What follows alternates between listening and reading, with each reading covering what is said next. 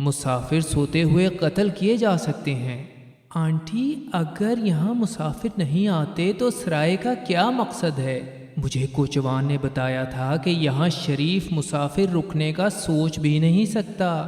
Aunty خاموش تھی، گہری سوچ میں گم۔ میری یہاں جو کچھ ہو رہا ہے وہ اچھا کام نہیں۔ برے لوگ یہاں آتے ہیں، غیر قانونی کام ہوتا ہے، شیطانی کام۔ میری پریشان آنٹی کو تسلی دے رہی تھی۔ اس سے علم ہو چکا تھا کہ اس کے انکل جوس اپنے ساتھیوں کے ساتھ غیر قانونی کام میں ملوث ہے۔ لوگ اس سرائے میں آتے، میری کو ان کی آوازیں آتی اور کانوں میں انگلیاں ڈال کر ان کی آوازیں نہ سننے کی ناکام کوشش کرتی۔ اسے علم ہو چکا تھا کہ اس پریشانی کو برداشت کرتے ہوئے اس کی آنٹی اپنی عمر سے اتنی بڑی نظر آنے لگی ہے۔ کیا میرا بھی انجام ایسا ہی ہوگا؟ وہ سوچتی۔ انکل جوس ایک ہفتے غائب رہا۔ میری نے اس دوران سکون کا سانس لیا اور سرائے اور ارد گرد کے علاقے سے آشنائی حاصل کی۔ بے آباد سنسان علاقہ، عجیب شکلوں کے بڑے بڑے پتھر جگہ جگہ موجود تھے جو علاقے کی ہیبت میں اضافہ کرتے۔ جوس واپس آیا تو بتایا کہ رات کو مہمان آئیں گے۔ وہ آئے، بدماش، چور اچک کے گندے کپڑوں میں شراب پیتے اور نشے میں گانے گاتے ہوئے مہمان وہاں موجود تھے۔ جوس نے میری سے کہا، اپنی آنٹی کی طرح بے وقوف نہ بنو، کمرے میں جاؤ، دروازہ بند کر کے آرام کرو، اپنا منہ بند رکھو ورنہ موت تمہارا مقدر ہوگی۔ میری کمرے میں گئی، کانوں کو بند کیا مگر آوازیں آتی رہیں۔ باہر گاڑیاں کھڑی تھیں، سامان اتار کر اندر لایا گیا۔ وہ اسمگلر تھے۔ انکل جوس شاید ان اسمگلروں کو کنٹرول کرتا تھا۔ پھر میری نے سنا کہ کوئی شخص کہہ رہا تھا کہ چاہے مجھے مار دو، میں بے گناہ کو قتل نہیں کر سکتا۔ انکل جوس نے کہا کہ ہمارے کام میں واپسی کی گنجائش نہیں، ہمارا کہنا نہ ماننے کی سزا موت ہے۔ تمہیں چھوڑ کر ہم اپنے آپ کو نہیں پھنسوا سکتے، تم اس رسی سے لٹک رہے ہوں گے۔ میری پسینے میں شرابور پریشان کھڑی تھی۔ کمرے کے اوپر والے کمرے میں کسی کے چلنے کی آواز سنائی دی، کوئی اوپر چھپا ہوا تھا۔ کیا میں اس سے آزاد کر کے اس سے مدد لوں؟ مگر فوراً انکل جوس اوپر گیا اور اس آدمی سے باتیں کرنے لگا۔ شکر ہے اس آدمی سے مدد نہیں لی، وہ تو انکل جوس کا ساتھی تھا۔ تھوڑی دیر بعد میری نے محسوس کیا کہ کسی شخص کو رسی سے پھانسی دی جا چکی ہے۔ وہ جان چکی تھی کہ اس کی بدقسمتی یہاں لے آئی ہے۔ چند دن بعد سرائے میں انکل جوس کے بھائی سے ملاقات ہوئی۔ ابتدا میں جیم اور میری نے ایک دوسرے سے تلخ لہجے میں بات کی، مگر جاتے ہوئے اس نے میری کی تعریف کی اور کہا کہ یہ اچھی جگہ نہیں اور اس کا بھائی برے کاموں میں ملوث ہے۔ میری ایلن کو احتیاط سے کام لینا چاہیے۔ میری نے سوچا کاش یہ جوس کا بھائی نہ ہوتا۔ جیم تم کیا کرتے ہو؟ میں گھوڑے چرا کر بیچتا ہوں۔ اتنی سنجیدگی سے مگر سچے انداز میں یہ جواب دیا کہ میری نے کہکہا لگایا۔ جیم اسے پسند آیا تھا مگر احتیاط سے کام لیتے ہوئے کہا کہ آپ کے مشورے کا شکریہ مگر میں یہاں خوش ہوں۔ جوس کے بھائی پر اتنی جلدی اعتماد نہیں کیا جا سکتا تھا۔ رات کو پھر بدماش لوگ پراسرار انداز میں وہاں آئے۔ انکل نے چند دن کسی اور جگہ گزارے۔ اس کی عدم موجودگی میں علاقے کے مجسٹریٹ نے وہاں چھاپا مارا۔ میری کا خیال تھا کہ اسے تمام باتیں بتائے گی مگر پریشان حال آنٹی نے کہا کہ میری تم نے اگر کچھ بتایا اور تمہارے انکل جوس کو کچھ ہوا تو میں اپنی جان دے دوں گی۔ میری اب کچھ نہیں کر سکتی تھی۔ مجسٹریٹ نے تمام سرائے کی تلاشی لی، میری سے سوالات کیے مگر اسے کوئی غیر قانونی چیز وہاں سے نہ ملی، نہ ہی میری نے شک ہونے دیا۔ جاتے ہوئے مجسٹریٹ نے کہا کہ جوس کو کہہ دینا کہ وہ میری نظروں میں ہے اور جلد ہی میرے ہاتھ اس کی گردن پر ہوں گے۔ میری حیران تھی کہ وہ کتنی ایماندار لڑکی تھی مگر اب جھوٹ بول کر انکل جوس کے جرم میں شریک ہو چکی تھی۔ انکل جوس کی واپسی پر اسے تمام واقعہ بتایا تو بے حد غصے میں بولا، اس مجسٹریٹ کا دماغ درست کرنا ہی پڑے گا۔ میری کی خواہش تھی کہ دیکھے انکل جوس کہاں جاتا ہے، کیا کرتا ہے۔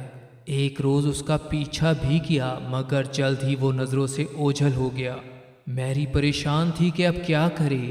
خاموش سنسان علاقہ، جگہ جگہ خطرہ، رات ہونے کو تھی مگر وہ راستہ بھول گئی۔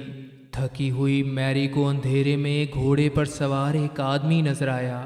اس سے جمیکا ان کے بارے میں پوچھا، پھر خود ہی پریشان ہوئی کہ اس بدنام جگہ کا نام سن کر وہ بھاگ نہ جائے، مگر اس آدمی نے بہت اچھے انداز میں جواب دیا، آپ غلط راستے پر جا رہی ہیں۔ اس کی نرم آواز میں جادو تھا۔ میرے ساتھ گھر چلیں، کچھ کھا پی لیں، تھکی ہوئی لگتی ہیں، پھر جمیکا ان چھوڑ آؤں گا۔ میری کو گھوڑے پر بٹھایا، خود پیدل چلتا رہا، گھر میں لے جا کر چائے پلائی، مگر وہ عام آدمیوں سے مختلف تھا۔ سفید آنکھیں، چہرہ بھی سفید۔ اوہو، یہ تو پیدائشی سفید رنگ والا ہے اور بیماری کی وجہ سے عام لوگوں سے مختلف ہے۔ اس کا گھر کتنا پرسکون تھا۔ میرا نام فرانسس ڈیوی ہے، مذہب کی خدمت کرتا ہوں۔ میری کو وہ فرشتہ لگ رہا تھا، مگر گھر میں نہ کتابیں تھیں نہ ہی مذہبی تصویریں۔ میری نے دوبارہ اپنے اندر ہمت اور توانائی محسوس کی۔ اس نیک آدمی پر اعتماد کیا اور کہا کہ میرے انکل برے آدمی ہیں، اسمگلر ہیں، شاید آدمی بھی قتل کر دیا تھا۔ وہ آدمی حیران بیٹھا تھا۔ ٹھیک ہے، مگر یہ بات کسی اور کو نہ بتانا ورنہ تمہاری زندگی کو تمہارے انکل کی طرف سے خطرہ ہو سکتا ہے۔ میری نہ چاہتے ہوئے بھی اسے ہر بات بتاتی رہی۔ وہ سنتا رہا، چہرے پر کبھی حیرانی اور کبھی پریشانی کے تاثرات کے ساتھ۔ تمہاری بات پر کوئی اعتبار نہیں کرے گا، ابھی کسی سے اس کا تذکرہ نہ کرو، انکل پر نظر رکھو اور جب بھی مدد کی ضرورت ہو مجھے بتاؤ، میں تمہاری مدد کروں گا۔ فرانسس ڈیوی نے دوبارہ میری کو گھوڑے پر بٹھایا اور جمیکا ان چھوڑ آیا۔ میری اس کے بارے میں سوچتی رہی، کس قدر پیاری آواز ہے، جادو بھری شخصیت، بازو پروں کی طرح لگتے ہیں اور خود ایک پرندے کی طرح کا، مگر اس اچھے انسان کو چھوڑ کر دوبارہ شیطانی سرائے میں جانا ہی پڑا، جہاں انکل جوس شراب کے نشے میں بے ہوش پڑا تھا۔ خدا تمہاری حفاظت کرے میری ایلن، اندر جاؤ اور جب بھی میری ضرورت ہو میرے پاس آ جانا، میں تمہارا انتظار کروں گا۔ وہ چلا گیا۔ آنٹی پیشنس اپنے شرابی اسمگلر شوہر کی دل و جان سے خدمت کرتی رہی۔ ایک روز میری باہر گئی تو جیم اسے راستے میں مل گیا۔ میرے گھر چلو میری اور میرے لیے کھانا بناؤ، دیکھتے ہیں تم کیسا کھانا پکاتی ہو۔ میری اس کے گھر آئی، گندا گھر جس کی صفائی کی، کھانا پکایا جسے جیم نے پسند کیا۔ تم یہاں کیوں نہیں آ جاتی؟ تمہارے پاس اتنے پیسے نہیں کہ مجھے ملازم رکھ سکو، میری نے جواب دیا اور مجسٹریٹ کے بارے میں بتایا۔ یہ بھی بتایا کہ وہ جیم کے بارے میں بھی پوچھ رہا تھا۔ ہاں، دراصل اسے علم ہو چکا ہے کہ میں گھوڑے چرا کر بیچتا ہوں، مگر میری میں اسمگلر نہیں، نہ ہی کبھی کسی کو قتل کیا ہے۔ تمہیں مجھ سے ڈرنے کی ضرورت نہیں، میں جوس کا بھائی ہوں مگر اس کی طرح نہیں۔ کرسمس قریب ہے، ہم میلے میں سیر کے لیے جائیں گے، تم اور میں۔ میری رات کو جمیکا ان پہنچی تو آنٹی پریشان تھیں۔ تمہارے انکل تمہارے بارے میں پوچھ رہے تھے۔ انکل جوس اندر آیا، پریشان لگ رہا تھا۔ میری، تم نے انہیں دیکھا؟ اس نے کمرے میں کسی کو تلاش کرنے کی کوشش کی۔ مردے کس طرح آ سکتے ہیں، وہ تو مر چکے ہوتے ہیں۔ پھر گہری سانسیں لینے لگا۔ شاید میں خواب دیکھ رہا تھا۔ ہم سب ساتھی ہیں، تم، میں اور تمہاری آنٹی۔ کبھی یہی انکل جوس قتل کر رہا تھا اور اب بچے کی طرح پریشان تھا۔ میری بھی پریشان تھی۔ میری نے اس کی باتیں سنی، وہ اپنے گناہوں کے بارے میں بتاتا رہا۔ اب میری اپنے انکل سے خوفزدہ نہیں تھی، اگرچہ وہ وحشی جانور تھا۔ جیم نے وعدہ کیا تھا کہ کرسمس کے میلے میں میری کے ساتھ جائے گا۔ بارش کا موسم تھا۔ میری سوچ رہی تھی کہ جیم کے ساتھ جانا چاہیے یا نہیں۔ پھر وہ آ گیا، کرسمس کی مبارکباد دی، رومال تحفے میں دیا۔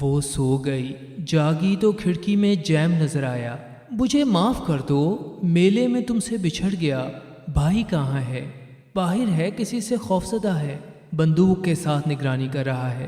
میری کو علم نہیں تھا کہ جیم پر اعتبار کرے یا نہیں، مگر در حقیقت وہ جیم کو پسند کر رہی تھی۔ محسوس ہو رہا تھا کہ جیم کو میری کا بہت خیال ہے۔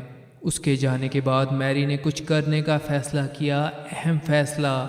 دوسرے دن چپکے سے کھڑکی سے باہر کودی اور فرانسس ڈیوی کے گھر گئی۔ وہاں کوئی نہیں تھا۔ پتہ چلا کہ وہ کسی دوسری جگہ تبلیغ کے لیے گیا ہے اور رات سے پہلے واپسی ممکن نہیں۔ میری تھکی ہوئی تھی، پریشان تھی، پھر بھی فیصلہ کیا کہ مجسٹریٹ کے گھر جائے گی۔ وہاں گئی مگر مجسٹریٹ بھی وہاں موجود نہ تھا۔ مجسٹریٹ کی بیوی سے ملاقات ہوئی، اسے بتایا کہ ایک بڑا اسمگلر اگر ابھی نہیں پکڑا گیا تو فرار ہو جائے گا۔ میرے پاس اس کے خلاف ثبوت ہیں۔ میری وہاں انتظار کرتی رہی مگر بہت دیر تک مجسٹریٹ واپس نہ آیا۔ میری پریشان تھی، اس کے انکل جوس کو علم ہو جائے گا کہ وہ کمرے میں نہیں تو وقت سے پہلے ہی فرار ہو سکتا تھا۔ مجھے واپس جانا ہے ابھی۔ مجسٹریٹ کی بیوی نے کہا، مگر تم اکیلی لڑکی کیسے اتنا فاصلہ طے کرو گی؟ ٹھہرو، میں ایک ملازم تمہارے ساتھ بھیجتی ہوں جو گھوڑا گاڑی میں تمہارے ساتھ جائے گا، اسلحہ بھی تمہاری حفاظت کے لیے اس کے پاس ہوگا۔ میری جمیکا ان پہنچ گئی۔ ملازم نے کہا کہ پہلے وہ اندر جا کر دیکھتا ہے۔ نہیں، مجھے پستول دیں، میں خود جاؤں گی۔ وہ اندر گئی۔ مکمل خاموشی میں خوفزدہ لڑکی نے خوفناک منظر دیکھا۔ موم بتی کی روشنی میں انکل جوس کی لاش زمین پر پڑی تھی، ارد گرد خون تھا، چاقو سے اسے قتل کر دیا گیا تھا۔ وہ جلدی سے واپس گئی، ملازم کو بتایا، وہ اندر آیا۔ دور سے گھوڑا گاڑی کے آنے کی آواز آ رہی تھی۔ مجسٹریٹ وہاں پہنچ چکا تھا۔ وہ اندر گیا، واپس آیا اور بتایا کہ اس کے انکل کے ساتھ آنٹی کو بھی قتل کیا جا چکا ہے۔ میری کی آنکھوں کے سامنے اندھیرا چھا گیا۔ کیا اس کی آنٹی اس کی وجہ سے ماری گئی تھی؟ نہ وہ وہاں سے جاتی، نہ اس کی آنٹی قتل ہوتی۔ مگر قاتل کون ہے؟ کیا جیم نے انہیں قتل کیا؟ ہاں، وہ چور تو ہے ہی، قاتل بھی ہو سکتا ہے، مگر کاش ایسا نہ ہو، میں تو اسے پسند کرتی ہوں۔ فرانسس ڈیوی بھی وہاں آ گیا۔ میری، تم مجھ سے ملنے آئی تھیں، شاید مدد لینے۔ مجھے دیر سے تمہاری آمد کا علم ہوا اور اب یہاں موجود ہوں۔ مجسٹریٹ نے اجازت دے دی کہ وہ فرانسس ڈیوی کے ساتھ جا سکتی ہے۔ اس کے گھر گئی، کافی دیر تک سوتی رہی۔ اسے تحفظ کا احساس مل رہا تھا۔ جاگی تو وہ اسے دیکھ رہا تھا۔ میری کو عجیب سا احساس ہوا۔ اس نے بتایا کہ وہ اور مجسٹریٹ قاتل کے بارے میں جاننے کی بھرپور کوشش کر رہے ہیں۔ معلوم ہوتا ہے کہ اس کے جوس انکل کے بجائے اسمگلروں کا سربراہ کوئی اور تھا، جو علاقے اور اس کے لوگوں کو خوب جانتا ہے۔ مگر وہ جیم نہیں ہو سکتا، کیونکہ وہ پہلے ہی مجسٹریٹ کو اپنے بھائی کے خلاف گواہی دینے کا کہہ چکا تھا۔ میری خوش تھی کہ اس کی محبت جیم بے گناہ ہے۔ فرانسس ڈیوی بولے جا رہا تھا، جیم گھوڑے چراتا ہے اور اسے علم ہو چکا ہے کہ کون سا گھوڑا جمیکا ان کے پاس اس وقت موجود تھا جب لوگ قتل ہوئے۔ میری، تمہیں علم ہے کہ کون اس وقت جمیکا ان میں تھا جب لوگ قتل ہوئے؟ فرانسس ڈیوی، یعنی میں۔ تم نے مجھے بتایا کہ تمہارے انکل شراب کے نشے میں اپنے گناہوں کا اقرار کرتے ہیں، تو گروہ کے سربراہ نے اسے مارنے کا ارادہ کیا اور اسے مار دیا گیا۔ جاننا چاہتی ہو کس نے؟ میں نے، اسے اور اس کی بیوی کو۔ اب تم نے میرا ساتھ دینا ہے، ہم یہاں سے دور چلے جائیں گے۔ میری نے انکار کیا، مگر اسلحے کے زور پر وہ ساتھ لے جا رہا تھا۔ اندھیری رات میں وہ دونوں گھوڑے پر سوار جا رہے تھے۔ پھر شدید دھند کی وجہ سے گھوڑوں کا چلنا ناممکن تھا۔ میری، غار میں آرام کرو، ٹھنڈی ہوا کو برداشت کرنے کی کوشش کرو۔ وہ سو گئی۔ جاگی تو دوبارہ سفر شروع ہوا، مگر جلد ہی دور سے مجسٹریٹ کے ساتھیوں اور اس کے کتوں کی آوازیں آنے لگیں۔ 50 کے قریب آدمی ان کا پیچھا کر رہے تھے۔ فرانسس نے میری کو پہاڑی پر چڑھنے کا کہا۔ دور سے جیم نے فرانسس پر گولی چلائی۔ فرانسس پہاڑی کی چوٹی پر پہنچ چکا تھا۔ اس نے اپنے بازو پھیلائے اور وہاں سے نیچے چھلانگ لگا دی۔ پرندے کی مانند وہ نیچے جا رہا تھا۔ اس کی موت یقینی تھی۔ ایک بھیانک دور کا خاتمہ ہوا۔ میری کافی عرصے اپنے ساتھ گزرے ہوئے بھیانک دور کو نہ بھول سکی۔ پھر جیم نے اسے شادی کی دعوت دی۔ ہماری زندگی مشکل تو ہوگی مگر ہم خوش رہیں گے۔ میری اس کے ساتھ زندگی گزارنے کے لیے تیار تھی۔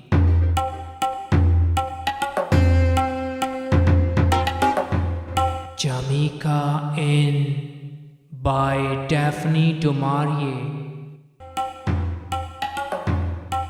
تحریر اور پیشکش سید عرفان علی۔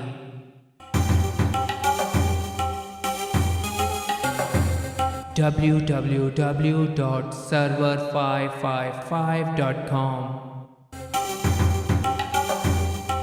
جمیکا ان حقیقت میں ایک سرائے ہے جو سن 1750 میں انگلینڈ میں تعمیر کی گئی اور آج بھی موجود ہے، اور یہ بھی حقیقت ہے کہ وہاں جن، بھوت یا آسیب آباد ہیں۔ سن 1930 میں کم عمر ڈیفنی ڈو ماریے گھوڑے پر سیر کر رہی تھی۔ شدید دھند میں راستہ بھول گئی اور اس سرائے میں پناہ لی، جس کے مالک نے دل بہلانے کے لیے ڈیفنے کو یہاں گزرے ہوئے واقعات سنائے، اور یہی اس ناول کی بنیاد بنے۔ اگر کبھی آپ کا بھی سمگلروں کے بھوتوں سے ملنے کا دل چاہے تو ایک رات اس سرائے میں ضرور گزاریں۔